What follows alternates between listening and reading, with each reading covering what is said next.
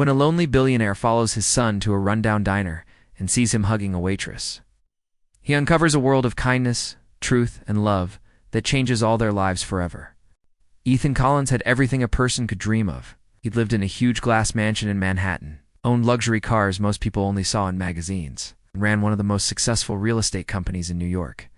When he walked into a room, people stood up straighter. When he spoke, people listened. He was powerful, rich, and respected. But behind all that money and power, he was a man who had forgotten how to smile. His life wasn't always like that. Years ago, he had fallen in love with a woman named Rachel. She was beautiful, kind, and full of life. When they had a son, Liam, it was the happiest day of Ethan's life. For a while, their small family was perfect. Ethan would come home early just to hold Liam in his arms, who'd sing him lullabies. At night, and read him stories with silly voices, Rachel would laugh at them, sometimes recording their moments together on her phone. Their home was warm, filled with laughter and love. But life changed suddenly. 3 years ago, Rachel got sick. At first, they thought it was just a cold. But within weeks, she was in the hospital, and soon after, she was gone, just like that. Ethan lost the only person who had truly understood him. Her death broke something inside him. After the funeral, he threw himself into work, stopped smiling, stopped feeling, and started building walls around his heart. He thought the only way to deal with pain was to bury it under meetings, numbers, and deals. Liam, just 6 years old at the time, didn't understand what was happening. One day, he had a mom and a dad who loved him. The next day, his mother was gone, and his father became a stranger who only spoke through maids and drivers. Ethan didn't mean to hurt his son, just didn't know how to face the grief. He thought giving Liam the best toys, the most expensive clothes, and the finest education would be enough. But Liam didn't want any of that, just wanted his. Father, as the years passed, Liam became quieter. His once bright eyes started to dim. At school, teachers noticed he was always alone. At home, he spent most of his time in his giant bedroom surrounded by toys he never touched. Ethan barely noticed. He was too busy flying across the country, attending board meetings, closing million-dollar deals. One day, Ethan's personal driver, Mark, knocked on his office door. He looked uncomfortable, as if unsure whether to speak. "Sir, I need to tell you something," Mark said hesitantly. Ethan barely looked up from his laptop. "What is it?" "It's about Master." "Liam." That caught Ethan's attention. "What happened?" Mark cleared his throat. "He's been sneaking out after school." Ethan sat up. "Sneaking out where?" "I'm not sure, sir. I tried to follow him once, but he disappeared into the crowd. He always returned safely, but I thought you should know." Ethan frowned. "Why didn't you tell me earlier?" "Didn't want to overstep, sir." Ethan nodded slowly. He dismissed Mark with a wave of his hand, but couldn't focus on his work anymore. Why would Liam sneak out? What was he doing? Where was he going? A part of him felt angry, but another part felt something deeper: guilt. Had he been so absent that his own son felt the need to run away? The next day, Ethan told his staff he would pick Liam up from school himself. Everyone was surprised, but no one questioned him. He waited in his black Rolls-Royce across the street from Liam's private school, hidden behind tinted windows. When the final bell rang, he saw the children rush out.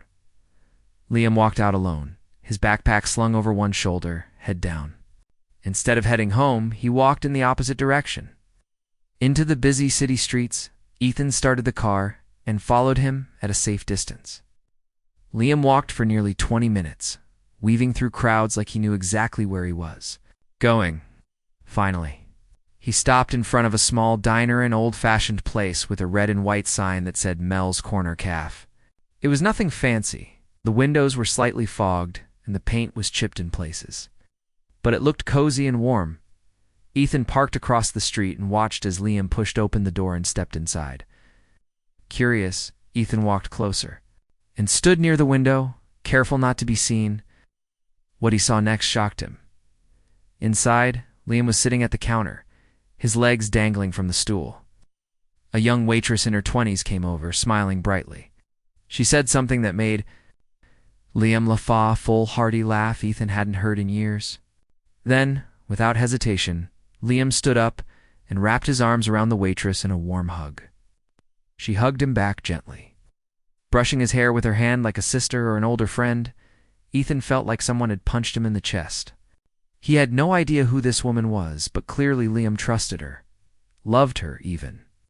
And this stranger had given his son something Ethan hadn't managed to give in years: genuine joy. His first reaction was anger. Who was this woman? Why was she hugging his son? Was she taking advantage of Liam's loneliness? But another part of him, the part that still remembered what love looked like, felt something else. Shame, regret. Still, he needed answers. He waited until Liam left the diner and walked home, then returned to the cafe alone. The bell above the door rang as he entered. The place smelled like pancakes and coffee. It wasn't fancy, but it felt real, like a place where people had honest conversations. The waitress noticed him right away. She looked surprised, but not scared. "You must be Liam's dad," she said with a soft smile. Ethan was caught off guard. "You know who I am?" She nodded. "Liam talks about you a lot." He stepped closer, trying to stay calm. "Why? Is my son here? What are you doing with him?" The waitress didn't flinch. "He came in one day when it was raining. He looked cold, sad, and lost. I gave him some hot chocolate and asked him his name. That's how it started." "Would you just let him keep coming?" Ethan asked, his voice sharp.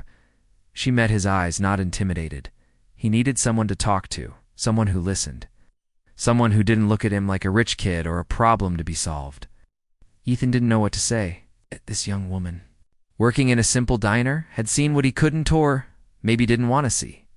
"He's a good kid," she continued. "Smart, funny, kind, but he's hurting. You don't need to be a psychologist to see that." Ethan looked away. "I give him everything." She shook her head gently. "You give him things. But he doesn't want things. He wants you." Those words hit Ethan harder than he expected.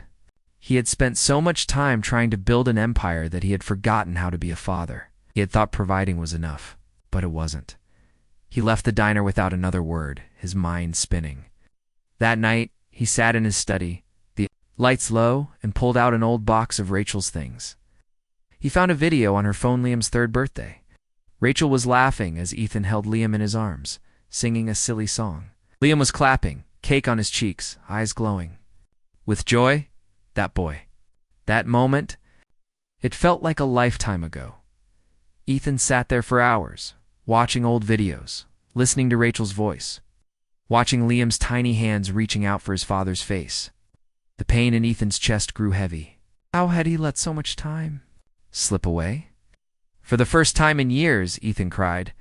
Not the silent, dignified tears of a businessman, but the full, shaking sobs of a man who realized he had lost something precious without even noticing.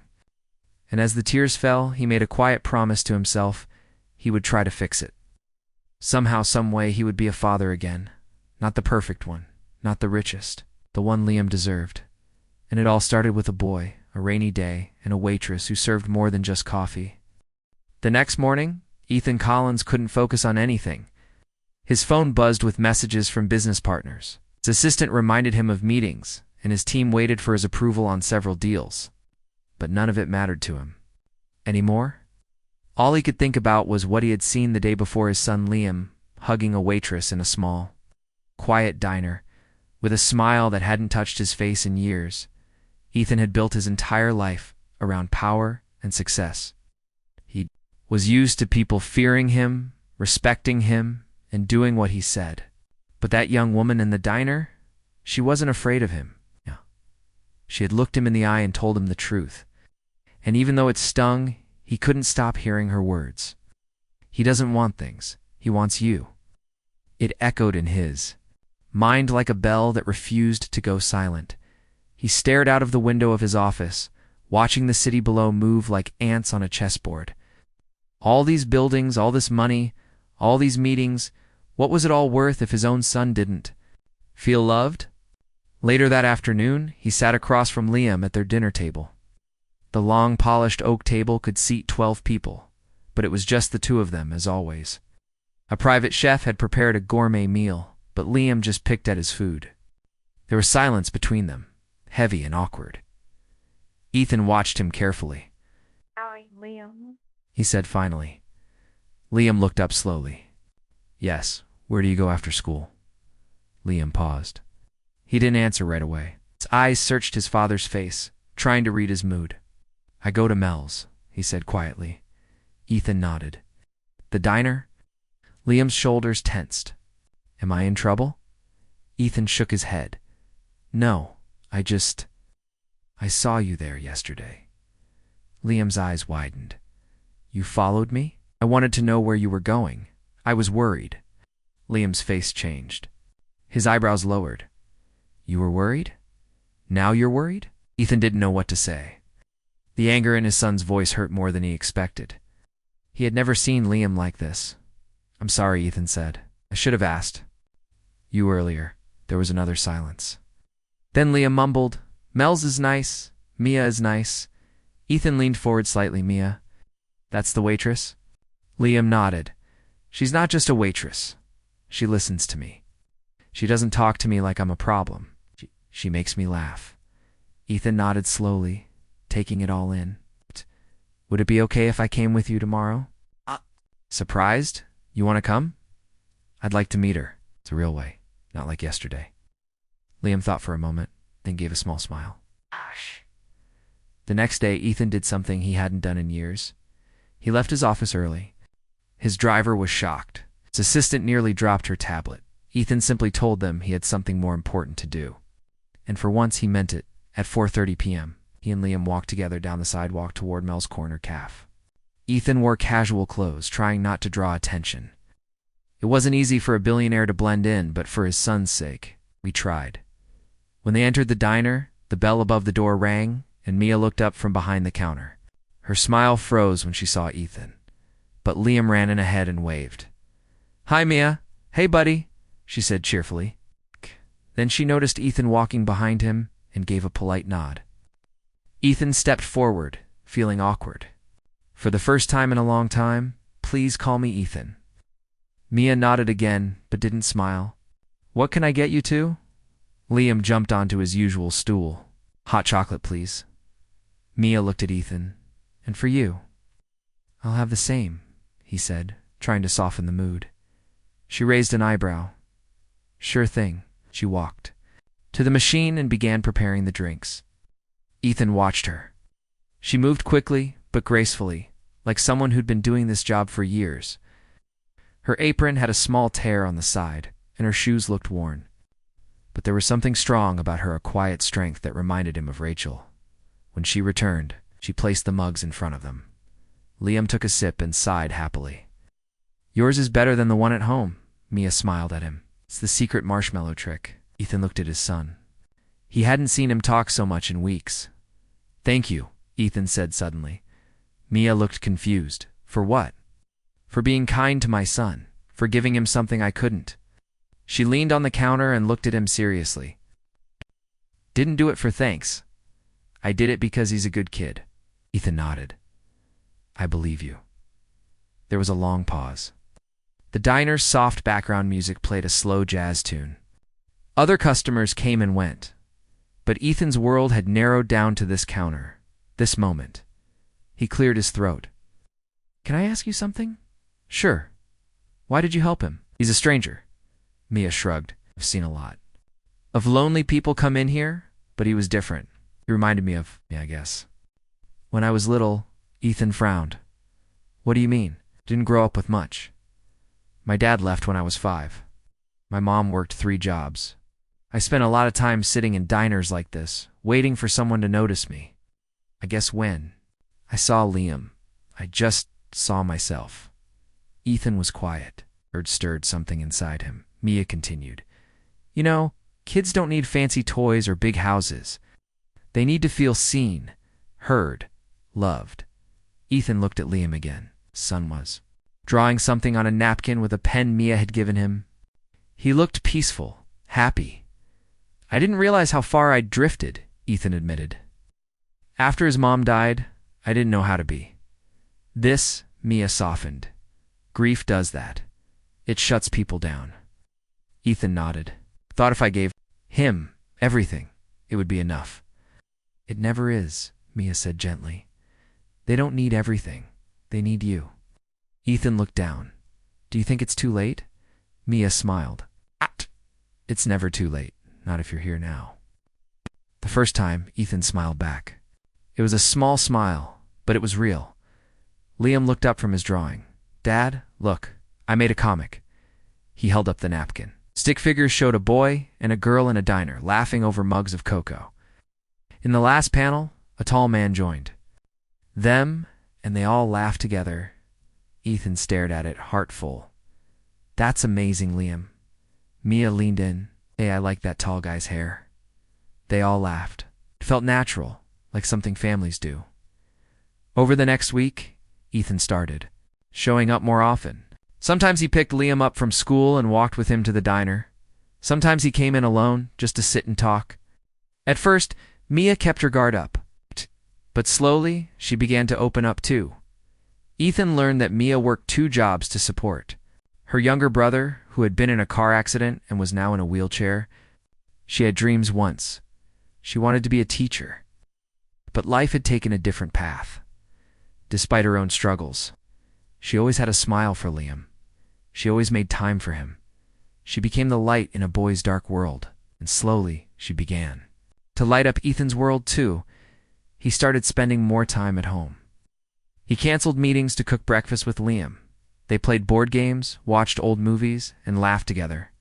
For the first time in years, Ethan felt like a father. Again, but more than that, he felt like a human being again. And it all started because of a waitress who gave his son a hug. The more time Ethan spent with Liam at the diner, the more he realized how different this small, cozy place felt compared to the giant glass walls of his mansion. Oh. There was no silver cutlery, no expensive art on the walls, and no staff walking around in uniforms. But there was something far more valuable: laughter, warmth, and people who truly cared about each other. For the first time in years, Ethan began to feel like he belonged somewhere outside his office tower. But not everything was easy. One Thursday afternoon, Ethan arrived at the diner earlier than usual. Liam was still at school, and he thought he could have a quiet conversation with Mia before his son arrived. She was behind the counter, wiping it clean and talking to another waitress. When she saw him, her face didn't light up with a smile, like it used to. She looked serious. Hey, Ethan said, taking a seat. Mia gave a small nod. Hey, he looked at her for a moment. Something wrong? She sighed and set down the cloth. Actually, yeah, there is. Ethan's body tensed slightly. He wasn't used to being confronted. Most people in his life were either afraid of him or careful not to say something that might upset him. But Mia wasn't like most people. She was honest. I heard you're asking around about me, she said. Ethan blinked. Your assistant called the diner yesterday, pretending to be a food inspector? She asked about my schedule, my background, where I live. She even asked if I've ever been arrested. Ethan was silent. His expression changed from confusion to guilt. He hadn't directly told his assistant to do that, but he knew it was the kind of thing his team would do if they thought someone was getting too close to him or his son. I'm sorry, he said quietly. That wasn't supposed to happen. But it did, Mia replied. And it made me feel like I was being watched, like I was some criminal trying to trick your son. I was just trying to protect him, Ethan said. I didn't know how much I could trust. Mia cut him off, her eyes sharp. You don't trust me? Fine. But don't pretend this is about protecting Liam. You're protecting your image, your perfect little world. You saw your son smiling with a waitress and got scared. Ethan opened his mouth to defend himself, but no words came out. Deep down, he knew she was right. You think because you're rich, you can control everything, Mia continued, her voice shaking now. But people aren't business deals. Can't just sign a paper and make everything better. I know that, Ethan said softly. Do you? Mia asked, because Liam doesn't need more things. He doesn't need you to build him a playroom the size of a hotel. He needs a dad, someone who listens, someone who shows up. There was a long silence. Ethan looked down at his hands. He felt small. He had been called a lot of things in his life. Brilliant, successful, intimidating, but never this raw kind. Of truth, it stung. But it was real. Mia sighed and leaned on the counter. Look, I'm not trying to be cruel. I just care about Liam, and I'm not going to stop caring, even if it makes you uncomfortable. Ethan looked up slowly. I don't want you to stop? Mia seemed surprised. I'm grateful for what you've done, Ethan said. I've been so lost for so long. When Rachel died, I didn't know how to be a parent on my own. I thought working hard and keeping everything together was the best thing I could do. I get that, Mia said, her tone softening. A little, but grief doesn't go away just because you bury it under work. I'm learning that, Ethan admitted the hard way. Just then the door opened and Liam came in, smiling brightly. Hey, Mia. Dad? Mia smiled back. Hey, superhero. How was school? Good. Got an A on my spelling test. Ethan stood up and hugged him tightly. I'm proud of you. Liam blinked, a little surprised, but then smiled. Thanks, Dad. The moment was simple, but it meant everything. Ethan had rarely shown emotion so openly before. Liam had grown used to quick pats on the head and polite compliments. But this hug, this pride, it felt real. As the weeks went by, Ethan continued to spend time at the diner. He didn't come as a billionaire. He came as a father, trying to rebuild what he had lost. He helped Liam with his homework there, played silly card games, and even learned how to make pancakes from Mia. The staff and regular customers at the diner began to warm up to him. They saw past the sharp suits and expensive watch. They saw a man trying, but things weren't perfect. One evening, as Ethan walked into the diner, he noticed Mia arguing with someone near the back door. It was a young man in a wheelchair. Face was thin, and he looked tired. You said the medicine would be here last week? The man said. I know, I'm sorry, Mia said. The pharmacy is holding it because I still owe money. The man groaned. This is stupid. Why don't you just let someone help us? Because I don't want charity, Mia said firmly. Ethan stepped closer, but he didn't interrupt. Instead, he quietly listened. I don't care if he's a billionaire, the man continued. If he wants to help, let him. I don't want to owe him, Mia replied. I don't want to be someone's project, but you're struggling, the man said. We both are. Mia didn't answer. She looked tired. Ethan slowly walked away, pretending he hadn't heard anything. That night, he couldn't sleep. He thought about Mia and her brother, how she worked long hours just to keep him fed and cared for. And still, she found time to be kind to Liam. It didn't seem fair. She was carrying so much on her shoulders, and yet she didn't want help. Not even from someone who could icily solve her problems with a single check. Ethan realized something else too. All his life he had seen people as investments or risks. But Mia wasn't a business opportunity. She was a person who had more strength than most people he knew. And she didn't want a handout. She wanted dignity. So he made a quiet decision. The next morning, he called a few contacts at a local hospital and paid off the medical bills for Mia's brother anonymously. He also made sure the pharmacy received a donation to cover the cost of future medications for patients in financial difficulty. He didn't attach his name to anything. He didn't want Mia to feel embarrassed or disrespected. He just wanted her to breathe a little easier. When Mia found out a few days later, she didn't know who had done it. But she had a feeling. She cornered Ethan in the diner one afternoon while Liam was drawing dinosaurs on the window with wipeable markers. Was it you? She asked. Ethan pretended not to understand. Was what me? You know what I mean? The hospital, the bills, the medicine? Ethan looked her in the eyes. Does it matter? Yes, she said firmly. He sighed. I didn't do it to make you feel small. Did it because I care. You've helped Liam in ways I never could. You've helped me too. This was the least I could do. Mia looked away for a moment. I didn't want to be a charity case. You're not, Ethan said. You're a hero. And heroes deserve backup sometimes. That made her smile, just a little. You have a weird way of saying thank you. I'm still learning, Ethan replied. They both laughed, the tension melting between them. From that day, something shifted. They weren't just two people trying to help a lonely boy.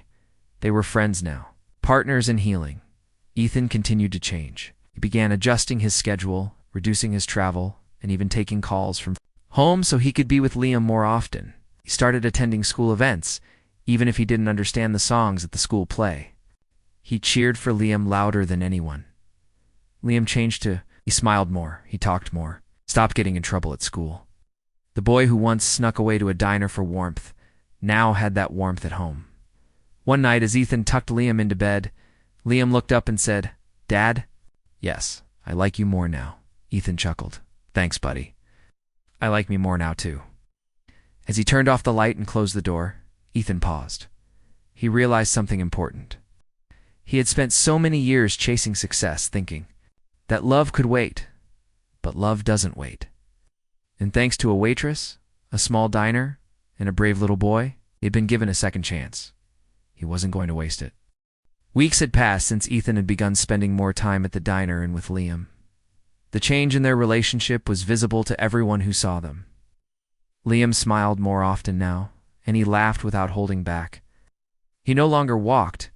With his head down, the boy who once looked lost in his own home now ran to hug his dad every evening. Ethan, too, had changed. His face looked lighter, his steps slower, but more thoughtful. He no longer rushed from one deal to the next. His priorities were shifting. And it wasn't because someone told him to change. It was because he had finally realized what truly mattered. But life wasn't slowing down for everyone. Mia still worked long hours at the diner. She arrived early, left late, and still found time to help Liam with his homework. She never asked for anything in return. She was kind, warm, and never complained. Ethan noticed the dark circles under her eyes and the tiredness she tried to hide behind her bright smile. He saw how she always made sure her brother had everything he needed, even if it meant skipping meals or wearing old shoes. She was a fighter. And Ethan had begun to admire her deeply, not just as the woman who brought happiness into his son's life, but as someone who never gave up, no matter how difficult her life became. One day, while helping Liam with a school project at the diner, Ethan overheard Mia speaking to someone on the phone. She was sitting in the back corner, thinking no one could hear her, but her voice carried, filled with frustration and sadness. "I know I'm late, but I just need a little more time. No, I can't make the full payment this week. Please just don't shut off the power. My brother needs his medical equipment." Running ... double quotes, Ethan quietly lowered his head. He felt a deep ache in his chest. Mia had always refused help, always said she could manage. But the truth was, she was struggling more than she let on. Later that night, as he and Liam drove home, Liam suddenly said, "Mia doesn't smile as much anymore." Ethan glanced at him. "You noticed?" Liam nodded. "She tries, but I think she's sad. Maybe she needs a hug too." Ethan smiled at his son's innocence, but he also knew Liam was right. Mia was trying so hard to hold everything together.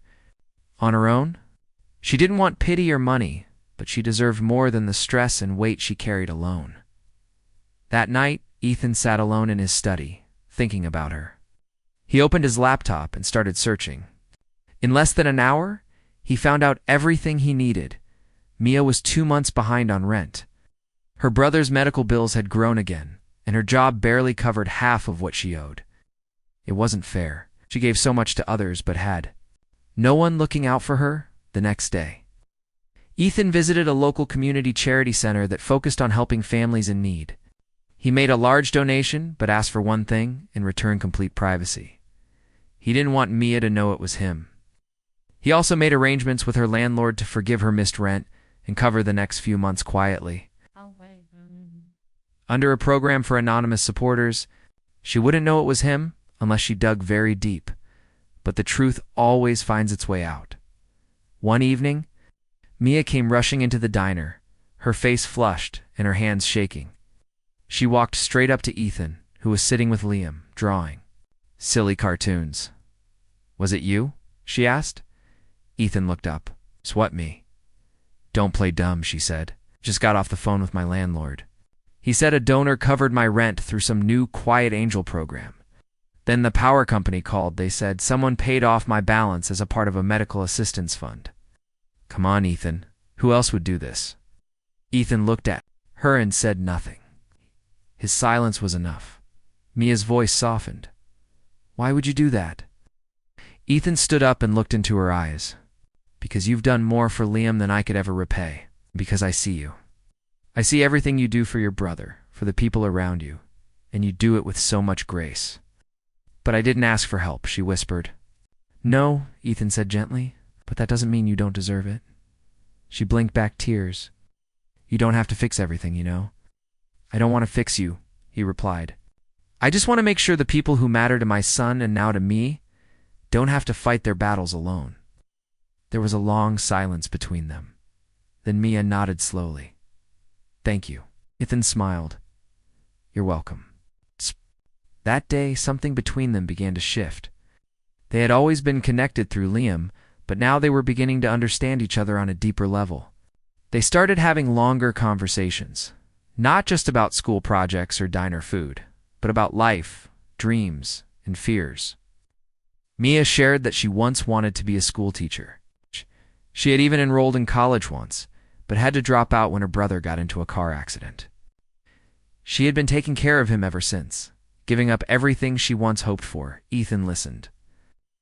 Not as a businessman, not as a problem solver, but simply as a friend. One day, while they were cleaning up after hours, Ethan asked her a simple question. If you could do anything at all, what would it be? Mia laughed. What kind of question is that? A serious one, Ethan said. She paused.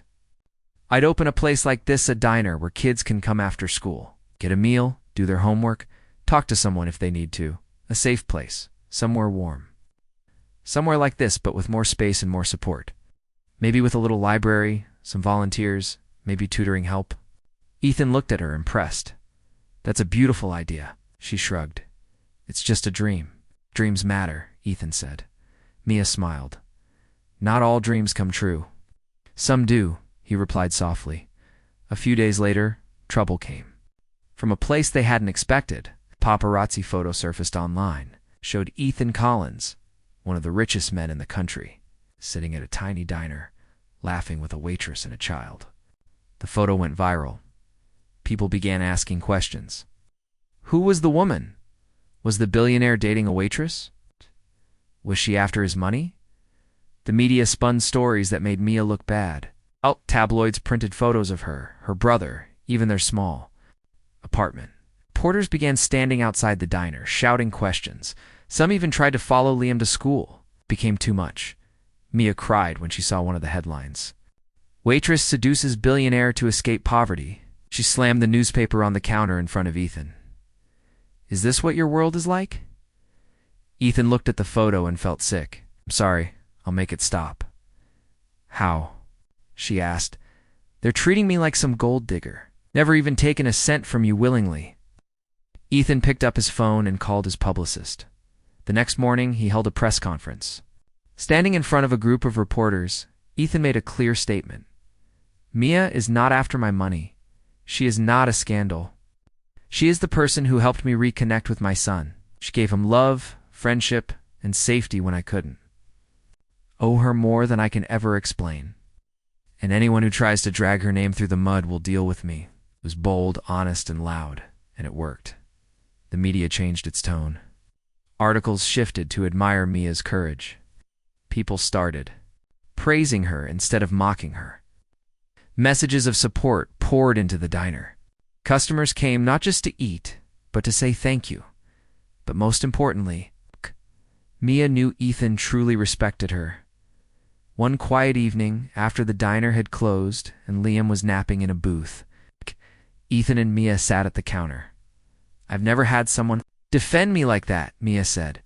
You deserved it, Ethan replied. She looked at him carefully. You're not the man I met that first day, he smiled. No, I'm not, and I'm glad. She nodded. Me too. As they sat there, two tired souls with full hearts, neither of them said the word love. But it was there, growing between them slowly, softly, patiently, just like everything good in life should, and in the quiet, with the smell of coffee still lingering in the air, and the sound of Liam breathing peacefully in the background. Both Ethan and Mia knew something extraordinary was happening, something real. Simple and interesting English, without any headings. It had been months since Ethan Collins, once known only as a cold billionaire, had first followed his son to the small, quiet diner where Mia worked. Since then, everything had changed. His life, his heart, and most importantly, his relationship with his son Liam had taken a new direction, a better one. He was no longer just a provider. He was a father again. He was present, loving, and involved. The man who used to hide his emotions behind expensive suits now smiled openly and hugged his son in public without hesitation. Liam had also changed. The quiet boy who once wandered the streets after school now looked forward to every moment spent with his father. He laughed more, talked more, and even made new friends at school. The sadness in his eyes had faded, replaced with a brightness.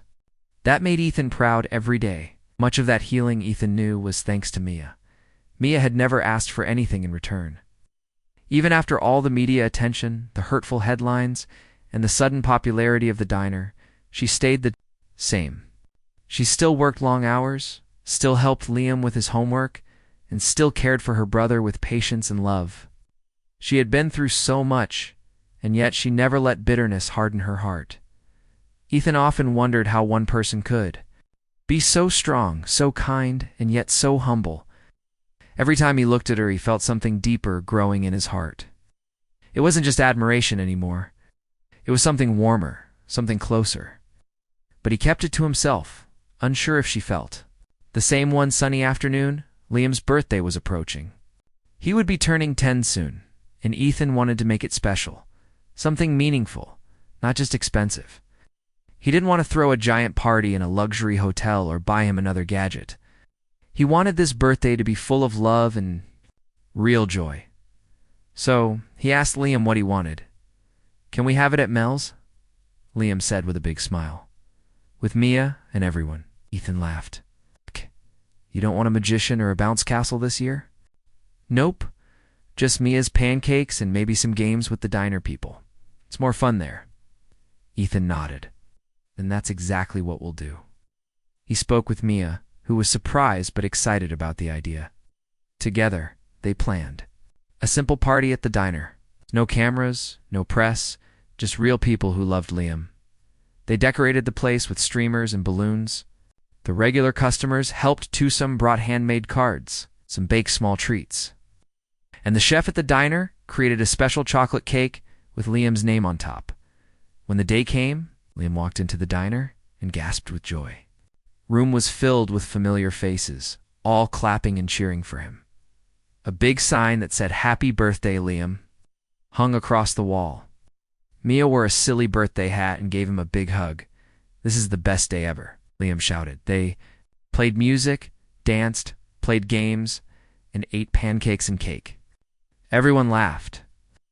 But the most touching moment came when Ethan stood up to give a small speech. He held a glass of sparkling apple juice in one hand and looked around the room. "Thank you all for being here," said his voice clear and full of emotion. "I used to think success meant building tall buildings and making millions, but I've learned something very different over the past few months. True success is being a father your child can run to, not away from.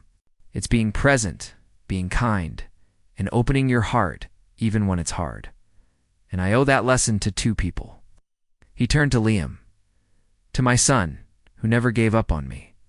Then he turned to Mia, and to Mia, who gave my son hope when I couldn't, who gave both of us a second chance at something we didn't even know we needed. Mia's eyes filled with tears, and she quickly looked down, touched and overwhelmed. The entire room was silent for a moment, and then a loud round of clapping filled the space. Ethan wasn't done. He reached into his jacket and pulled out an envelope. "This is for you, Mia," he said, handing it to her. She looked confused and opened it slowly. Inside was a letter, not a check, but something more surprising. Her eyes moved across the page and her mouth opened in shock. This says I'm the co-founder of a new community center?" she asked. Ethan smiled. "Yes, a new space we're building. Part diner, part learning center, part community kitchen. It's your dream, remember? Safe place for kids, with books. Food, laughter, and love. We'll build it together, and you'll run it however you like. You'll be the heart of it." Mia's hand shook as she read the rest of the letter. It wasn't just an offer, it was a gift of trust and belief in her, a way to make her dream come true while continuing to do what she loved. She looked up at him, speechless. "I don't know what to say," she whispered. "Say yes, Liam," grinned, bouncing in place. Tears rolled down Mia's cheeks, and she nodded slowly. "Yes, yes." The room erupted in cheers. Some people stood up and clapped, others whistled. Liam jumped into Mia's arms and hugged her tightly, and Ethan couldn't stop smiling. From that day on, things only got better. The new center took shape over the next few months. Ethan brought in a team of designers and builders, but Mia was the one who chose the colors, the furniture, and the bookshelves. She made sure it felt warm and safe, not cold and polished. She wanted every child who walked in to feel like they mattered. When the doors finally opened, kids from all over the neighborhood came to read, play, eat, and learn. Volunteers helped with homework. There were art classes, storytelling circles, and even a small garden where the kids planted flowers. Mia ran the place with love and laughter, and Ethan, he was there often, not as a boss, but as a helper, a mentor, and most importantly, as Liam's dad. The media tried to talk about it again. But this time, the headlines were full of praise. Billionaire builds hope. Diner Waitress inspires community change. A story of second chances. But those headlines didn't matter to Ethan anymore. What mattered was that every evening he went home to a house full of warmth. Liam would show him drawings, tell him stories from the center, and sometimes ask to call Mia just to say goodnight. Sometimes Mia and her brother would join them for dinner. They would laugh, eat simple food, and share real conversations. The mansion didn't feel empty anymore. One evening, as they all sat on the porch watching the sunset, Liam looked at Mia and then at Ethan. "Are we a family now?" he asked. Mia looked at Ethan, unsure how to answer. Ethan smiled and reached out to hold both their hands. "Yes, buddy, we are." And in that quiet moment, with no cameras, no crowds, and no noise, a billionaire, a waitress, and a boy found what they had all been missing. Not money, not success, but love, connection, and a reason to smile every single day. It started with a hug. It became a miracle, and it ended with a new beginning.